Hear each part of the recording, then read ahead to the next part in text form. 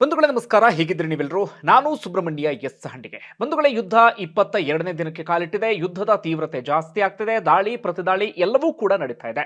ಅದರ ನಡುವೆ ಒಂದಷ್ಟು ಪ್ರಮುಖ ಬೆಳವಣಿಗೆ ಆಗ್ತಾ ಇದೆ. ಅದು ಏನೇನು ಅನ್ನೋದನ್ನು ಒಂದೊಂದಾಗಿ ಗಮನಿಸ್ತಾ ಹೋಗೋಣ. ಬಂಧುಗಳೇ, ಮೊದಲಿಗೆ ಇರಾನ್ನ ಶಕ್ತಿಗೆ ಸಂಬಂಧಪಟ್ಟ ಹಾಗೆ ಈಗಾಗಲೇ ಸಾಕಷ್ಟು ಚರ್ಚೆ ಆಗ್ತಾ ಇತ್ತು. ಸ್ವತಃ ಡೊನಾಲ್ಡ್ ಟ್ರಂಪ್ ಕಡೆಯಿಂದಲೂ ಕೂಡ ಒಂದು ಸ್ಟೇಟ್ಮೆಂಟ್ ಬಂದಿತ್ತು.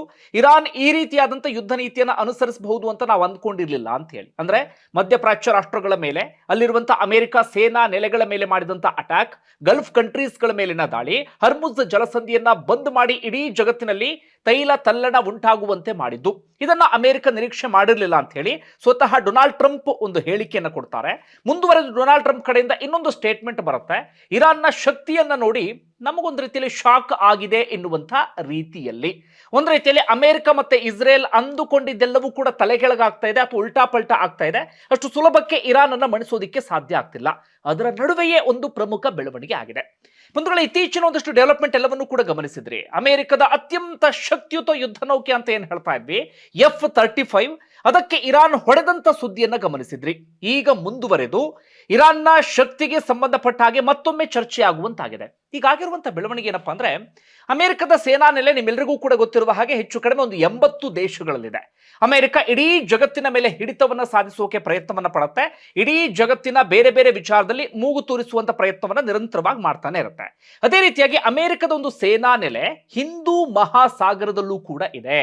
ಅದನ್ನ ಏನಂತ ಕರಿತೀವಿ ಅಂದ್ರೆ, ಡಿಯಾಗೋ ಗಾರ್ಸಿಯಾ ಎನ್ನುವಂತ ಒಂದು ದ್ವೀಪ ಇದೆ. ಅಲ್ಲಿ ಸಾಕಷ್ಟು ಸ್ಥಳೀಯ ವಾಸಿಗಳಿದ್ರು, ಅವರೆಲ್ಲರನ್ನೂ ಕೂಡ ಅಲ್ಲಿಂದ ಓಡಿಸಲಾಗಿದೆ. ಪಾಪ ಅವ್ರು ಯಾರಿಗೂ ಕೂಡ ನೆಲೆ ಇಲ್ಲದೆ ಇವತ್ತಿಗೂ ಕೂಡ ಒದ್ದಾಡ್ತಾ ಇದ್ದಾರೆ. ಅಮೆರಿಕ ತನ್ನ ಸೇನಾ ನೆಲೆಯನ್ನು ಸ್ಥಾಪಿಸುವಂತ ಉದ್ದೇಶದಿಂದ ಆ ಸ್ಥಳೀಯ ವಾಸಿಗಳನ್ನ ಅಲ್ಲಿಂದ ದೂರ ಓಡಿಸ್ಬಿಟ್ಟಿದೆ. ಅವ್ರು ಇವತ್ತಿಗೂ ಕೂಡ ಅಲ್ಲಿಗೆ ಬರಬೇಕು ಅಂತ ಹೇಳಿ ಹವಣಿಸುವಂತ ಪರಿಸ್ಥಿತಿ ಇದೆ ಆ ಮೂಲ ನಿವಾಸಿಗಳು. ಅದೆಲ್ಲವೂ ಕೂಡ ಬೇರೆಯದ್ದೇ ವಿಚಾರ ಬಿಡಿ. ಒಟ್ಟಾರೆಯಾಗಿ ಇದು ಅಲ್ಲಿ ಅಮೆರಿಕ ಮತ್ತೆ ಬ್ರಿಟನ್ನ ಜಂಟಿ ಸೇನಾ ನೆಲೆಗಳೆಲ್ಲವೂ ಕೂಡ ಇದೆ. ಅಂದ್ರೆ ಬ್ರಿಟನ್ ಅದರ ಮೇಲೆ ಹಕ್ಕು ಸಾಧಿಸ್ತಾ ಇದೆ. ಆದ್ರೆ ಅಮೆರಿಕಗೆ ಆ ಜಾಗವನ್ನ ಸೇನಾ ನೆಲೆಯ ವಿಚಾರಕ್ಕೋಸ್ಕರ ಬಾಡಿಗೆ ಅಂತ ಹೇಳ್ಬಹುದು ಅಥವಾ ಜಾಗವನ್ನ ಕೊಟ್ಟಿದೆ ಎನ್ನುವಂತ ರೀತಿಯಲ್ಲಿ ಹೇಳ್ಬಹುದು. ಸದ್ಯ ಡಿಯಾಗೋ ಗಾರ್ಸಿಯಾಗೆ ಸಂಬಂಧಪಟ್ಟ ಹಾಗೆ ಹಕ್ಕು ಸ್ಥಾಪಿಸೋಕೆ ಮಾರಿಷಸ್ ಅದು ನಮ್ದು ಅಂತ ಇದೆ, ಬ್ರಿಟನ್ ನಿಮಗೆ ಬಿಟ್ಕೊಡ್ತೀವಿ ಎನ್ನುವ ರೀತಿಯಲ್ಲಿ ಇದೆ. ಅಮೆರಿಕ ಅದಕ್ಕೆ ವಿರೋಧವನ್ನ ವ್ಯಕ್ತಪಡಿಸ್ತಾ ಇದೆ. ಯಾಕಂದ್ರೆ ಅಲ್ಲಿ ಕಂಟ್ರೋಲ್ ಏನಾದ್ರೂ ತಪ್ಪು ಹೋಗ್ಬಿಡ್ತು ಅಂದ್ರೆ ಚೀನಾ ಆ ಜಾಗದಲ್ಲಿ ಪ್ರಾಬಲ್ಯವನ್ನ ಸಾಧಿಸಬಹುದು ಎನ್ನುವಂತ ಆತಂಕ ಇದೆ. ಒಟ್ಟಾರೆಯಾಗಿ ಚೀನಾದ ಶಕ್ತಿಯನ್ನ ಕುಂದಿಸಬೇಕು, ಅಲ್ಲಿ ಒಂದು ಶಕ್ತಿಯನ್ನ ಸ್ಥಾಪಿಸಬೇಕು ಎನ್ನುವಂತ ಉದ್ದೇಶದಿಂದಲೇ ಅಮೆರಿಕ ತನ್ನ ಸೇನಾ ನೆಲೆಯನ್ನ ಅಲ್ಲಿ ಹೊಂದಿದೆ.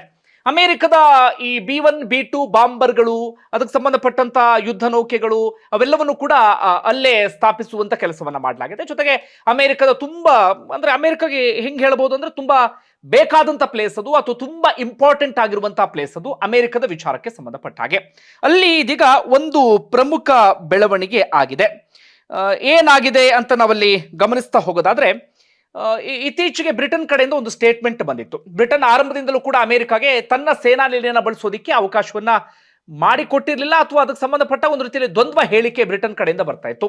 ಡೊನಾಲ್ಡ್ ಟ್ರಂಪ್ ಅದಕ್ಕೆ ಸಂಬಂಧಪಟ್ಟಾಗ ಆಗಾಗ ಆಕ್ರೋಶವನ್ನ ಹೊರಹಾಕ್ತಾ ಇದ್ರು. ಬೇರೆ ಬೇರೆ ದೇಶಗಳ ಮೇಲೆ ಆಕ್ರೋಶ ಹೊರಹಾಕುವ ರೀತಿಯಲ್ಲಿ ಬ್ರಿಟನ್ ಮೇಲೂ ಕೂಡ ಆಕ್ರೋಶವನ್ನ ಹೊರಹಾಕ್ತಾ ಇದ್ರು. ಅಂತಿಮವಾಗಿ ಬ್ರಿಟನ್ ಕಡೆಯಿಂದ ಒಂದು ಸ್ಟೇಟ್ಮೆಂಟ್ ಬರುತ್ತೆ, ಓಕೆ ನಮ್ಮ ಸೇನಾ ನೆಲೆಯನ್ನ ಅಮೆರಿಕಾಗೆ ಬಿಟ್ಕೊಡೋದಕ್ಕೆ ನಾವು ಒಪ್ಕೊಳ್ತೀವಿ ಎನ್ನುವಂತ ರೀತಿಯಲ್ಲಿ. ಯಾವಾಗ ಬ್ರಿಟನ್ ಕಡೆಯಿಂದ ಅಂತದೊಂದು ಸ್ಟೇಟ್ಮೆಂಟ್ ಬರುತ್ತೋ, ನೀವು ಬ್ರಿಟನ್ಗೂ ಹೊಡಿತೀವಿ ನೋಡಿ ಎನ್ನುವಂತ ರೀತಿಯಲ್ಲಿ ಆ ದ್ವೀಪದ ಮೇಲೆ ಬ್ರಿಟನ್ ತನ್ನ ಹಕ್ಕನ್ನು ಸಾಧಿಸಿರುವಂತಹ ಕಾರಣಕ್ಕಾಗಿ, ಅಲ್ಲಿ ಅಮೆರಿಕದ ಸೇನಾ ನೆಲೆ ಇರುವಂತಹ ಕಾರಣಕ್ಕಾಗಿ ಇರಾನ್ ತನ್ನ 2 ಕ್ಷಿಪಣಿಗಳನ್ನ ಅಲ್ಲಿಗೂ ಕೂಡ ಉಡಾಯಿಸಿ ಬಿಟ್ಟಿದೆ. ಯಾಕಿದು ಚರ್ಚೆ ಆಗ್ತಿದೆ ಅನ್ನೋದನ್ನ ಗಮನಿಸ್ತಾ ಹೋಗೋಣ. ಕ್ಷಿಪಣಿ ರೀಚ್ ಆಯ್ತಾ, ಅಲ್ಲಿ ಅಮೆರಿಕದ ಸೇನಾ ನೆಲೆಗೆ ಏನಾದ್ರೂ ಹಾನಿ ಆಯ್ತಾ ಅಂದ್ರೆ ಇಲ್ಲ. ಒಂದು ಕ್ಷಿಪಣಿ ಏನಾಗಿದೆ ಅಂದ್ರೆ ಅದು ತನ್ನ ಗುರಿಯನ್ನ ರೀಚ್ ಆಗೋದಕ್ಕೆ ಸಾಧ್ಯ ಆಗಿಲ್ಲ, ಮಧ್ಯದಲ್ಲೇ ಪತನ ಆಗಿದೆ. ಇನ್ನೊಂದು ಕ್ಷಿಪಣಿ ರೀಚ್ ಆಗಿದೆ ಅಲ್ಲಿಯವರೆಗೆ, ಆದ್ರೆ ಅಮೆರಿಕದ ಹೈ ಎಂಡ್ ಕ್ಷಿಪಣಿಗಳು ಅದನ್ನ ಹೊಡೆದುರುಳಿಸಿದ್ದಾವೆ. SM-3 ಅಂತ ಹೇಳಿ ಅಮೆರಿಕದ ಹೈ ಎಂಡ್ ಕ್ಷಿಪಣಿಗಳು, ತುಂಬಾ ದುಬಾರಿ ಕ್ಷಿಪಣಿಗಳು, ಅದು ಇರಾನ್ನ ಈ ಬ್ಯಾಲಿಸ್ಟಿಕ್ ಕ್ಷಿಪಣಿಯನ್ನ ಹೊಡೆದುರುಳಿಸುವಲ್ಲಿ ಯಶಸ್ವಿಯಾಗಿದೆ. ಮ್ಯಾಟ್ರ್ ಏನು ಅಂದ್ರೆ, ಇಲ್ಲಿ 2 ವಿಚಾರವನ್ನು ಗಮನಿಸೋಣ. ಇದು ಭಾರತಕ್ಕೆ ಯಾವ ರೀತಿಯಾಗಿ ಸಂಬಂಧ ಇರುವಂತ ಸಂಗತಿ, ಜೊತೆಗೆ ಯಾಕೆ ಇವತ್ತು ಇಡೀ ಜಗತ್ತಿನ ಗಮನ ಸೆಳೆತಿದೆ ಅಂತ ಹೇಳಿ. ಇರಾನ್ ಇಲ್ಲಿವರೆಗೆ ಏನ್ ಹೇಳ್ಕೊಳ್ತಾ ಇತ್ತು ಅಂದ್ರೆ ಜಗತ್ತಿನ ಮುಂದೆ, ಅಥವಾ ಇಡೀ ಜಗತ್ತು ತಿಳ್ಕೊಂಡಂತ ವಿಚಾರ ಏನಪ್ಪಾ ಅಂದ್ರೆ, ಇರಾನ್ನ ಕ್ಷಿಪಣಿಗಳು ಅಬ್ಬಬ್ಬ ಅಂದ್ರೆ ಒಂದು 2000 ಕಿಲೋಮೀಟರ್ ಕ್ರಮಿಸುತ್ತವೆ, ಅಂದ್ರೆ 2000 ಕಿಲೋಮೀಟರ್ ದೂರದವರೆಗೆ ಹೋಗಬಹುದು ಅಂತ ಎಲ್ಲರೂ ಕೂಡ ಅಂದ್ಕೊಂಡಿದ್ರು. ಆದರೆ ಈ ದ್ವೀಪ ಏನಿದೆ ಅಥವಾ ಅಮೆರಿಕ ಸೇನಾ ನೆಲೆ ಇರುವಂತ ಪ್ರದೇಶ ಏನಿದೆ, ಅದು ಇರಾನ್ನಿಂದ ಹೆಚ್ಚು ಕಡಿಮೆ 4000 ಕಿಲೋಮೀಟರ್ ದೂರ ಆಗುತ್ತೆ. ಈಗ ಆತಂಕಕಾರಿ ವಿಚಾರ ಏನಪ್ಪಾ ಅಂದ್ರೆ, ಇರಾನ್ನ ಮೇಲೆ ಅಷ್ಟೆಲ್ಲ ನಿರ್ಬಂಧ ಇದ್ದರೂ ಕೂಡ, ಅಮೆರಿಕ ನಿರ್ಬಂಧವನ್ನ ಹೇರಿದ್ರೂ ಕೂಡ ಸದ್ದಿಲ್ಲದಂತೆ, ಯಾರಿಗೂ ತಿಳಿಯದಂತೆ ಇರಾನ್ ತನ್ನ ಸೇನಾ ಶಕ್ತಿಯನ್ನ ಹೆಚ್ಚಿಸಿಕೊಂಡಿದೆ ಅನ್ನೋದು ಇಡೀ ಜಗತ್ತಿನ ಮುಂದೆ ಬಹಿರಂಗ ಆಗ್ತಾ ಇದೆ. ಇಲ್ಲಿವರೆಗೆ ಇರಾನ್ ಬಳಸ್ತಾ ಇದ್ದಂತ ಡ್ರೋನ್ಗೆ ಸಂಬಂಧಪಟ್ಟ ಹಾಗೆ, ಬೇರೆ ಬೇರೆ ಕ್ಷಿಪಣಿಗಳಿಗೆ ಸಂಬಂಧಪಟ್ಟ ಹಾಗೆ ಜಗತ್ತು ಅಚ್ಚರಿಗೊಳ್ತಾ ಇತ್ತು.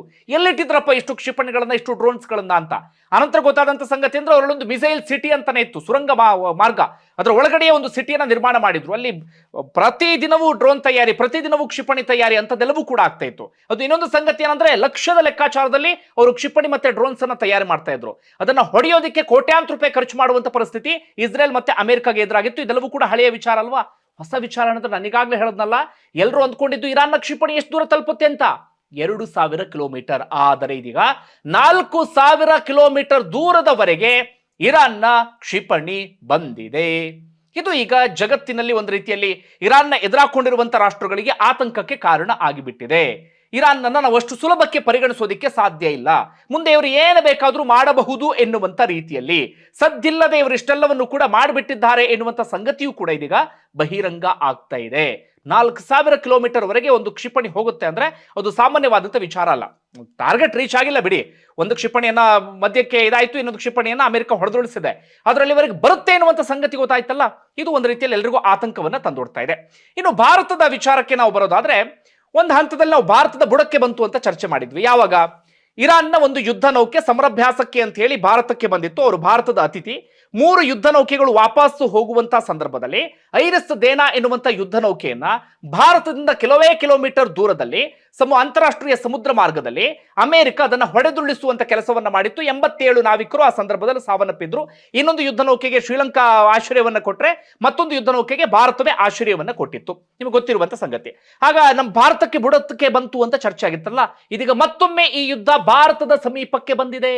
ಕಾರಣ, ಇದೀಗ ಅಮೆರಿಕದ ಆ ದ್ವೀಪ ಏನಿತ್ತು, ಸೇನಾ ನೆಲೆ ಏನಿತ್ತು, ಇರಾನ್ ಇವತ್ತು ಕ್ಷಿಪಣಿಯನ್ನ ಉಡಾಯಿಸಿದೆಯಲ್ಲ, ಅದು ಭಾರತದಿಂದ ಹೆಚ್ಚು ಕಡಿಮೆ 1600 ಕಿಲೋಮೀಟರ್ ದೂರದಲ್ಲಿದೆ. ಕನ್ಯಾಕುಮಾರಿಯಿಂದ ಕೇವಲ 1600 ಕಿಲೋಮೀಟರ್ ದೂರ, ಅಂದ್ರೆ ಅದೇನು ಬಹಳ ದೂರ ಏನಲ್ಲ. ಇದರಿಂದ ಭಾರತಕ್ಕೆ ಏನು ಆತಂಕ ಅಂತ ನಾವು ಗಮನಿಸುವುದಾದ್ರೆ, ಒಂದು ಇರಾನ್ ಜೊತೆಗೆ ನಮಗೇನು ಶತ್ರುತ್ವ ಅಂತದೇನು ಕೂಡ ಇಲ್ಲ ಬಿಡಿ, ಇರಾನ್ ವಿಚಾರಕ್ಕೆ ಆತಂಕ ಅನ್ನೋದಲ್ಲ. ಆದ್ರೆ ಭಾರತಕ್ಕದು ಈ ತೈಲ ಸಾಗಣೆ ಮಾಡುವಂತ ಹಡಗಿನ ಮಾರ್ಗ ಅದು ಭಾರತಕ್ಕೆ. ಇನ್ನೊಂದು ಕಡಲ ಭದ್ರತೆಗೆ ಸಂಬಂಧಪಟ್ಟಾಗ ಒಂದು ರೀತಿಯಲ್ಲಿ ಆತಂಕವೇ. ಅಲ್ಲಿ ತೀರಾ ಯುದ್ಧದ ವಾತಾವರಣ ನಿರ್ಮಾಣ ಆಯ್ತು ಅಂತಾದ್ರೆ ಭಾರತಕ್ಕೂ ಒಂದು ರೀತಿಯಲ್ಲಿ ಆತಂಕಕಾರಿ ವಿಚಾರವೇ. ಆ ಕಾರಣಕ್ಕಾಗಿ ಇದೀಗ ಚರ್ಚೆ ಆಗ್ತಾ ಇದೆ. ಇದು ಒಂದು ಸಂಗತಿ ಆಯ್ತಾ. ಈಗ ಎರಡನೇ ವಿಚಾರಕ್ಕೆ ಬರೋಣ. ಅಮೆರಿಕ ಯಾಕೋ ಸ್ವಲ್ಪ ಮಟ್ಟಿಗೆ ಮೆತ್ತಗಾದ ಹಾಗೆ ಕಾಣಿಸ್ತಾ ಇದೆ. ಅಮೆರಿಕದ ಪರಿಸ್ಥಿತಿ ಎಲ್ಲಿವರೆಗೆ ಬಂತು ಅಂದ್ರೆ, ಯುದ್ಧದಿಂದ ಅಮೆರಿಕ ನಿಮ್ಮೆಲ್ಲರಿಗೂ ಕೂಡ ಗೊತ್ತಿರುವ ಹಾಗೆ ಹಿಂದಿನಿಂದಲೂ ಕೂಡ ರಷ್ಯಾವನ್ನ ವಿರೋಧಿಸಿಕೊಂಡು ಬಂದಿರುವಂತಹ ರಾಷ್ಟ್ರ, ಎಲ್ರಿಗೂ ಕೂಡ ಗೊತ್ತಿರುವಂತಹ ವಿಚಾರವೇ. ರಷ್ಯಾ ತೈಲವನ್ನ ಯಾರು ಕೂಡ ಖರೀದಿ ಮಾಡಬಾರದು ಅಂತ ಅಮೆರಿಕ ಹೇಳ್ತಾ ಇತ್ತು. ಯಾಕಂದ್ರೆ ಅವರು ಉಕ್ರೇನ್ ಮೇಲೆ ಯುದ್ಧ ಸಾರಿದ್ದಾರೆ, ಉಕ್ರೇನ್ ಮೇಲೆ ಯುದ್ಧ ನಿಲ್ಲಿಸಬೇಕು ಅಂತಾದ್ರೆ ರಷ್ಯಾ ತೈಲವನ್ನ ಖರೀದಿ ಮಾಡಬಾರದು ಅಂತ. ಇದೇ ರೀತಿಯಾಗಿ ಅಮೆರಿಕ ತನಗೆ ಬೇಕಾದಂತಹ ರಾಷ್ಟ್ರಗಳ ಮೇಲೆ ನಿರ್ಬಂಧವನ್ನ ಹೇರ್ತಾ ಹೋಗುತ್ತೆ. ತನಗೆ ನಿರ್ಬಂಧವನ್ನು ತೆಗಿಬೇಕು ಅಂತ ನಿರ್ಬಂಧ ತೆಗಿತಾರೆ. ಇಡೀ ಜಗತ್ತಿನ ಬೇರೆ ಬೇರೆ ರಾಷ್ಟ್ರಗಳು ತನ್ನ ತಾಳಕ್ಕೆ ತಕ್ಕ ಹಾಗೆ ಕುಣಿಬೇಕು ಅಂತ ಹೇಳಿ ಅಮೆರಿಕ ಬಯಸುತ್ತೆ. ರಷ್ಯಾ ಮೇಲೂ ಕೂಡ ನಿರ್ಬಂಧವನ್ನ ಹೇರಿತ್ತು ತೈಲದ ವಿಚಾರದಲ್ಲಿ. ಭಾರತಕ್ಕೂ ಕೂಡ ಹೇಳಿತ್ತು, ನೀವು ಅವರಿಂದ ತೈಲವನ್ನ ಖರೀದಿ ಮಾಡಬಾರ್ದು ಅಂತ ಹೇಳಿ. ಅದಾದ ಬಳಿಕ ಇದೇ ಅಮೆರಿಕ ಏನ್ ಹೇಳೋಕೆ ಶುರು ಮಾಡಿತು ಅಂದ್ರೆ, ಯಾವಾಗ ತೈಲ ಸಮಸ್ಯೆ ಉಂಟಾಯ್ತು, ಹರ್ಮುಜ್ ಜಲಸಂಧಿಯನ್ನ ಇರಾನ್ ಕ್ಲೋಸ್ ಮಾಡುತ್ತೋ, ಆಗ ಇದೇ ಅಮೆರಿಕ ಏನ್ ಹೇಳುತ್ತೆ, ರಷ್ಯಾದಿಂದ ತೈಲ ಖರೀದಿಯನ್ನ ಮಾಡೋದಕ್ಕೆ ನಾವು 30 ದಿನಗಳ ಕಾಲ ಅವಕಾಶವನ್ನ ಮಾಡಿಕೊಟ್ಟಿದ್ದೇವೆ ಎನ್ನುವ ರೀತಿಯಲ್ಲಿ ಭಾರತ ಸೇರಿದಂತೆ ಸಾಕಷ್ಟು ರಾಷ್ಟ್ರಗಳಿಗೆ ಹೇಳಿತ್ತಾ. ಇದು ಹಳೆಯ ವಿಚಾರ. ಈಗ ಇರಾನ್ ವಿಚಾರಕ್ಕೆ ಬಂದ್ರೆ, ಇರಾನ್ನ ತೈಲಕ್ಕೂ ಕೂಡ ಅಮೆರಿಕ ನಿರ್ಬಂಧವನ್ನ ಹೇರಿತ್ತು 2018-19 ಸಂದರ್ಭದಲ್ಲಿ. ಅದಕ್ಕೂ ಮುಂಚೆ ನಾವು ಕೂಡ ಇರಾನ್ನಿಂದ ತೈಲವನ್ನ ಖರೀದಿ ಮಾಡ್ತಾ ಇದ್ವಿ. ಇಡೀ ಜಗತ್ತಿನಲ್ಲಿ ಅತಿ ಹೆಚ್ಚು ತೈಲವನ್ನ ಖರೀದಿ ಮಾಡ್ತಿದ್ದವರಲ್ಲಿ ನಾವು ಕೂಡ ಒಬ್ಬರಾಗಿದ್ವಿ. ಆದ್ರೆ ಅಮೆರಿಕ ನಿರ್ಬಂಧ ಹೇರಿದ ಬಳಿಕ ನಾವು ಕೂಡ ತೈಲ ಖರೀದಿಯನ್ನು ನಿಲ್ಲಿಸಿಬಿಟ್ಟಿದ್ವಿ. ಆಲ್ಟರ್ನೇಟಿವ್ ಆಪ್ಷನ್ಸ್ ಗಳನ್ನೂ ಕೂಡ ನಾವು ಹುಡುಕಿಕೊಂಡಿದ್ವಿ. ಇದು ಕೂಡ ಹಳೆಯ ವಿಚಾರ. ಹೊಸ ವಿಚಾರ ಏನಪ್ಪಾ ಅಂದ್ರೆ, ಈಗ ಅದೇ ಅಮೆರಿಕ ಹೇಳ್ತಾ ಇದೆ, ಇರಾನ್ ತೈಲವನ್ನ ಮಾರಾಟ ಮಾಡೋದಿಕ್ಕೆ ನಾವು 30 ದಿನಗಳ ಕಾಲ ವಿನಾಯಿತಿ ಕೊಡ್ತಾ ಇದ್ದೀವಿ, ಅಥವಾ 30 ದಿನಗಳ ಕಾಲ ಅವಕಾಶವನ್ನ ಮಾಡಿಕೊಡ್ತಿದ್ದೀವಿ ಎನ್ನುವ ರೀತಿಯಲ್ಲಿ. ಅದು ಯಾವುದು ಅಂದ್ರೆ, ಈಗಾಗಲೇ ಸಮುದ್ರದಲ್ಲಿ ಇರುವಂತಹ ತೈಲವನ್ನ ಇರಾನ್ ಮಾರಾಟವನ್ನ ಮಾಡಬಹುದು ಅಂತ ಹೇಳಿ. ಅದಾದ ಬಳಿಕ ಭಾರತಕ್ಕೊಂದು ಸ್ವಲ್ಪ ಮಟ್ಟಿಗೆ ಅದು ರಿಲೀಫ್ ಅಂತ ಅನ್ಸಿತ್ತು. ಯಾಕಂದ್ರೆ ಭಾರತ ಈಗಾಗಲೇ LPG ಗ್ಯಾಸ್ ಸಮಸ್ಯೆ ಉಂಟಾಗಿದೆ, ಮುಂದಿನ ದಿನ ಪೆಟ್ರೋಲ್ ಡೀಸೆಲ್ ಕೂಡ ಸಮಸ್ಯೆ ಉಂಟಾಗಬಹುದು, ಅದೊಂದು ಆತಂಕ ಇದ್ದೇ ಇದೆ. ಹೀಗಾಗಿ ರಷ್ಯಾದಿಂದ ನಾವು ತೈಲವನ್ನ ಖರೀದಿ ಮಾಡ್ತಾ ಇದ್ವಿ. ರಷ್ಯಾದ ಸಾಕಷ್ಟು ಹಡಗುಗಳು ಭಾರತ ಕಡೆಗೆ ಬರ್ತಾ ಇದ್ದಾವೆ. ಇನ್ನು ಹರ್ಮುಜ್ ಜಲಸಂಧಿಯಿಂದ ಕೆಲವು ಹಡಗುಗಳು ಭಾರತ ಕಡೆಗೆ ಬರ್ತಾ ಇದ್ದಾವೆ. ಸ್ವಲ್ಪ ಮಟ್ಟಿಗೆ ಅದರಲ್ಲೂ ಕೂಡ ರಿಲ್ಯಾಕ್ಸೇಷನ್ ಅಥವಾ ರಿಲೀಫ್ ಎನ್ನುವಂತ ರೀತಿಯಲ್ಲಿ ಇತ್ತಲ್ಲ. ಈಗ ಇರಾನ್ನಿಂದ ತೈಲವನ್ನ ಖರೀದಿ ಮಾಡೋದಕ್ಕೆ ಭಾರತದ ಒಂದಷ್ಟು ಕಂಪನಿಗಳು ಮನಸ್ಸು ಮಾಡಿದ್ದಾವೆ. ಅದಕ್ಕೆ ಸಂಬಂಧಪಟ್ಟ ಒಂದಷ್ಟು ಚರ್ಚೆ, ಡೆವಲಪ್ಮೆಂಟ್ ಎಲ್ಲವೂ ಕೂಡ ಆಗ್ತಾ ಇದೆ. ಇದೊಂದು ರೀತಿಯಲ್ಲಿ ಭಾರತಕ್ಕೆ ಸಿಹಿ ಸುದ್ದಿಯೇ. ಇರಾನ್ನಿಂದ ನಿಜವಾಗ್ಲೂ ತೈಲ ಖರೀದಿಗೆ ಭಾರತಕ್ಕೆ ಅವಕಾಶ ಸಿಕ್ತು ಅಂತ ಆದ್ರೆ ಇರಾನ್ ಈಗ ಏನ್ ಹೇಳ್ತಾ ಇದೆ, ಅಮೆರಿಕ ಇದರಲ್ಲೂ ಕೂಡ ಒಂದು ಕುತಂತ್ರ ಬುದ್ಧಿಯನ್ನ ಅಡಗಿಸಿ ಇಟ್ಟಿದೆ. ಏನು ಅಂತ ಇರಾನ್ನ ವಾದ ಅಂದ್ರೆ, ಈಗಾಗಲೇ ಜಾಗತಿಕ ಮಟ್ಟದಲ್ಲಿ ತೈಲ ಸಮಸ್ಯೆ ಉಂಟಾಗಿದೆಯಲ್ಲ, ಈ ತೈಲದ ಹರಿವು ಸರಾಗವಾಗಿ ಹೋಗ್ಲಿ, ಜಾಗತಿಕ ಮಟ್ಟದಲ್ಲಿ ಒತ್ತಡ ಸೃಷ್ಟಿ ಆಗಬಾರ್ದು ಎನ್ನುವ ಕಾರಣಕ್ಕಾಗಿ ಈಗ ಅಮೆರಿಕ ನಮಗೇನೋ ವಿನಾಯಿತಿ ಕೊಟ್ವಿ ಅಂತ ನಾಟಕ ಆಡ್ತಾ ಇದೆ. ಆದ್ರೆ ಈ ಅಂತಾರಾಷ್ಟ್ರೀಯ ಸಮುದ್ರದಲ್ಲಿ ನಮ್ದು ಯಾವುದೇ ತೈಲ ಹಡಗುಗಳಿಲ್ಲ, ಜೊತೆಗೆ ಬೇರೆ ಬೇರೆ ದೇಶಗಳಿಗೆ ತೈಲವನ್ನ ಮಾರಾಟ ಮಾಡೋದಕ್ಕೆ ನಮ್ಮ ಹತ್ರ ತೈಲ ಇಲ್ಲಪ್ಪ ಅಂತ ಇದೀಗ ಇರಾನ್ ಹೇಳ್ತಾ ಇದೆ. ಅಂದ್ರೆ ಅಮೆರಿಕಾಗೆ ತಿರುಗೇಟು ಕೊಡುವಂತ ಕೆಲಸವನ್ನ ಇರಾನ್ ಮಾಡ್ತಾ ಇದೆ. ನೋಡೋಣ ಈ ವಿಚಾರಕ್ಕೆ ಸಂಬಂಧಪಟ್ಟ ಹಾಗೆ ಮುಂದೆ ಯಾವ ಬೆಳವಣಿಗೆ ಆಗುತ್ತೆ, ಏನು ಕತೆ ಎನ್ನುವಂತ ರೀತಿಯಲ್ಲಿ. ಇದರ ಬೆನ್ನಲ್ಲೇ ಇದೀಗ ಈ ಆತಂಕಕಾರಿ ವಿಚಾರ ಅಂದ್ರೆ ಅದೇ ಈ ಹರ್ಮುಜ್ ಜಲಸಂಧಿಗೆ ಸಂಬಂಧಪಟ್ಟ ಹಾಗೆ. ಹರ್ಮುಜ್ ಜಲಸಂಧಿಯನ್ನ ತೆರವುಗೊಳಿಸಬೇಕು ಅಂತ ಅಮೆರಿಕ ನಿರಂತರವಾಗಿ ಪ್ರಯತ್ನವನ್ನ ಪಡ್ತಾ ಇದೆ. ನ್ಯಾಟೋ ದೇಶಗಳ ಬೆಂಬಲ ಕೇಳ್ತು, ಯಾರು ಬೆಂಬಲಕ್ಕೆ ಬಂದಿಲ್ಲ. ಹೀಗಾಗಿ ಡೊನಾಲ್ಡ್ ಟ್ರಂಪ್ ಹೇಳ್ತಿದ್ದಾರೆ, ನಾವಿಲ್ಲ ಅಂತ ಆದ್ರೆ ಈ ನ್ಯಾಟೋ ರಾಷ್ಟ್ರಗಳು ಪೇಪರ್ ಮೇಲಿನ ಟೈಗರ್ ಇದ್ದಂತೆ, ಅವ್ರೇನು ಪ್ರಯೋಜನ ಇಲ್ಲ, ಅವ್ರಿಗೆ ಮುಂದೆ ಬುದ್ಧಿ ಕಲಿಸ್ತೀನಿ ನಾನು ಎನ್ನುವ ರೀತಿಯಲ್ಲಿ. ಇನ್ನು ಬೇರೆ ಬೇರೆ ರಾಷ್ಟ್ರಗಳ ಬೆಂಬಲವನ್ನು ಕೂಡ ಕೇಳಿದ್ರು. ನ್ಯಾಟೋ ಆಚೆಗೂ ಕೂಡ ಅವರ ಮಿತ್ರ ರಾಷ್ಟ್ರಗಳ ಬೆಂಬಲ ಕೇಳಿದ್ರು. ಯಾರು ಕೂಡ ಅಂತ ಬೆಂಬಲ ಅಂತದೇನು ಕೂಡ ಕೊಡ್ತಾ ಇಲ್ಲ. ಸ್ಪೇನ್ ಅಂತೂ ಮೊದಲೇ ಹೇಳ್ಬಿಡ್ತು, ಎಲ್ಲರಿಗಿಂತ ಮುಂಚೆ ವಾಯ್ಸ್ ರೈಸ್ ಮಾಡಿದವರು, ಇಲ್ಲ ರೀ ನಾವು ಯುದ್ಧಕ್ಕೆ ಬೆಂಬಲ ಕೊಡಲ್ಲ ಅಂತ. ಇನ್ನು ಸಾಕಷ್ಟು ರಾಷ್ಟ್ರಗಳು ಅದೇ ಹೇಳ್ತಾ ಇದ್ದಾವೆ. ಯುದ್ಧ ಶುರು ಮಾಡುವಾಗ ಏನಾದ್ರು ನಮ್ಮನ್ನು ಕೇಳಿದ್ರೆ ಇಲ್ಲ ತಾನೆ, ಈಗ ನಿಮ್ಮ ವೈಫಲ್ಯ ಶುರುವಾದ ಬಳಿಕ ನಮ್ಮ ಸಹಾಯ ಕೇಳ್ತಾ ಇದ್ರಿ, ನಾವ್ಯಾರು ಕೂಡ ಬರೋದಿಲ್ಲ ಅಂತ. ಅದಾದ ಬಳಿಕ ಡೊನಾಲ್ಡ್ ಟ್ರಂಪ್ ಕೂಡ ಅಂತ ರಾಷ್ಟ್ರಗಳಿಗೆ ಎಚ್ಚರಿಕೆ ಕೊಟ್ಟಿದ್ದಾಯ್ತು. ಡೊನಾಲ್ಡ್ ಟ್ರಂಪ್ ಕೊನೆಗೆ ಚೀನಾ ಬೆಂಬಲವನ್ನು ಕೂಡ ಕೇಳುವಂತ ಪರಿಸ್ಥಿತಿ ಎದುರಾಗಿತ್ತಾ. ಇದರ ಬೆನ್ನಲ್ಲೇ ಇದೀಗ ಹರ್ಮುಜ್ ಜಲಸಂಧಿಯನ್ನು ತೆರವುಗೊಳಿಸೋದಕ್ಕೆ ಏನ್ ಮಾಡ್ತಾ ಇದ್ರೆ, ಮಿಡಲ್ ಈಸ್ಟ್ ನಲ್ಲಿ ತನ್ನ ಮಿಲಿಟರಿ ಶಕ್ತಿಯನ್ನ ಹೆಚ್ಚಿಸ್ತಾ ಇದೆ ಅಮೆರಿಕ. 3 ಯುದ್ಧ ನೌಕೆಯನ್ನ ಇದೀಗ ಕಳುಹಿಸಿಕೊಟ್ಟಿದೆ. 2500 ಮರೀನ್ ಸೈನಿಕರನ್ನ ಇದೀಗ ಕಳಿಸಿಕೊಟ್ಟಿದೆ. ಅಲ್ಲಿಗೆ ಅಮೆರಿಕ ಸೈನಿಕರ ಸಂಖ್ಯೆ ಇದೀಗ 50,000ಕ್ಕೆ ತಲುಪಿದೆ ಮಧ್ಯಪ್ರಾಚ್ಯದಲ್ಲಿ. ಈ ಕಾರಣಕ್ಕಾಗಿ ಮಧ್ಯಪ್ರಾಚ್ಯದಲ್ಲಿ ಇದೀಗ ಯುದ್ಧದ ಭೀತಿ ಇನ್ನಷ್ಟು ಜಾಸ್ತಿ ಆಗ್ತಿದೆ. ಅಮೆರಿಕವು ಯುದ್ಧ ನಿಲ್ಲಿಸುವ ರೀತಿಯಲ್ಲಿ ಕಾಣಿಸ್ತಾ ಇಲ್ಲ, ಇರಾನ್ ಕೂಡ ನಿಲ್ಲಿಸುವ ರೀತಿಯಲ್ಲಿ ಕಾಣಿಸ್ತಾ ಇಲ್ಲ. ಇನ್ನೊಂದು ಕಡೆಯಿಂದ ರಷ್ಯಾ ಅಂತೂ ಅಧಿಕೃತವಾಗಿ ಇದೀಗ ಹೇಳ್ತಾ ಇದೆ, ನಾವು ಇರಾನ್ ಬೆಂಬಲಕ್ಕೆ ಇದ್ದೇವೆ, ಇರಾನ್ ಜೊತೆಗೆ ನಾವು ನಿಂತ್ಕೊಳ್ತೇವೆ ಎನ್ನುವಂತ ರೀತಿಯಲ್ಲಿ ಅಂಥದ್ದೊಂದು ಬೆಳವಣಿಗೆ ಆಗಿದೆ. ಇನ್ನು ದಾಳಿ ಪ್ರತಿದಾಳಿಯ ವಿಚಾರಕ್ಕೆ ಬರೋದಾದ್ರೆ, ಇರಾನ್ ಮೇಲೂ ಕೂಡ ಇಸ್ರೇಲ್ ತೀವ್ರವಾದಂತ ದಾಳಿಯನ್ನು ಮುಂದುವರಿಸಿದೆ. ನಿಮಗೆ ಟೆಹರಾನ್ ಸೇರಿದಂತೆ ಬೇರೆ ಬೇರೆ ಪ್ರದೇಶ ಏನಿದೆ ಅದೆಲ್ಲದರ ಮೇಲೂ ಕೂಡ ದಾಳಿಯನ್ನ ಮಾಡ್ತಾನೆ ಇದೆ. ಇರಾನ್ನಲ್ಲಿ ಸಾಕಷ್ಟು ಹಾನಿ ಆಗ್ತಾ ಇದೆ. ಅವರ ಮಿಸೈಲ್ ಲಾಂಚರ್ಗಳನ್ನು ಕೂಡ ಉಡಾಯಿಸುವಂತ ಕೆಲಸವನ್ನ ಮಾಡಲಾಗ್ತಾ ಇದೆ. ಅದಕ್ಕೆ ಪ್ರತಿಯಾಗಿ ಇರಾನ್ ಕೂಡ ಇಸ್ರೇಲ್ನ ಟೆಲ್ ಅವೀವ್ ಮೇಲೆ ದಾಳಿಯನ್ನು ಮುಂದುವರಿಸಿದೆ. ಅದರ ಜೊತೆಗೆ ಈ ಮಧ್ಯಪ್ರಾಚ್ಯ ರಾಷ್ಟ್ರಗಳ ಮೇಲೂ ಕೂಡ ದಾಳಿ ಮುಂದುವರೆದಿದೆ. ಗಲ್ಫ್ ರಾಷ್ಟ್ರಗಳ ಮೇಲೂ ಕೂಡ ದಾಳಿ ಮುಂದುವರೆದಿದೆ. ಹಾಗೆ ಅಮೆರಿಕದ ಸೇನಾ ನೆಲೆಗಳ ಮೇಲೂ ಕೂಡ ದಾಳಿ ಕಂಟಿನ್ಯೂ ಆಗಿದೆ. ಪ್ರಮುಖವಾಗಿ ಇದೀಗ ಇರಾಕ್ನ ಬಾಗ್ದಾದ್ನಲ್ಲಿ ಇರುವಂತ ಅಮೆರಿಕ ಮಿಲಿಟರಿ ನೆಲೆ, ಅದರ ಮೇಲೂ ಕೂಡ ಹೊಡೆದಿದೆ. ಅದು ಅಂತಾರಾಷ್ಟ್ರೀಯ ವಿಮಾನ ನಿಲ್ದಾಣ ಸಮೀಪ ಇರುವಂತಹ ಪ್ರದೇಶ, ಕ್ಯಾಂಪ್ ವಿಕ್ಟರಿ ಅಂತ ಹೇಳಿ ಅದರ ಹೆಸರು, ಅಲ್ಲೂ ಕೂಡ ಹೊಡೆದಿದೆ. ಅದು ಗ್ರೀನ್ ಝೋನ್ ವ್ಯಾಪ್ತಿಗೆ ಬರ್ತಾ ಇತ್ತು, ಅತ್ಯಂತ ಸೂಕ್ಷ್ಮ ಪ್ರದೇಶ, ಸಂರಕ್ಷಿತ ಪ್ರದೇಶ ಅಂತ ಹೇಳಿ ಅದನ್ನು ಕೂಡ ಇದೀಗ ಇರಾನ್ ಟಾರ್ಗೆಟ್ ಮಾಡ್ತಾ ಇದೆ. ಸದ್ಯಕ್ಕೆ ಯುದ್ಧ ಭೂಮಿಯಲ್ಲಿ ಇಷ್ಟು ಬೆಳವಣಿಗೆ ಆಗಿದೆ. ಸದ್ಯಕ್ಕಂತೂ ಯುದ್ಧ ನಿಲ್ಲುವಂತ ಯಾವುದೇ ಲಕ್ಷಣಗಳು ಕೂಡ ಕಾಣಿಸ್ತಾ ಇಲ್ಲ.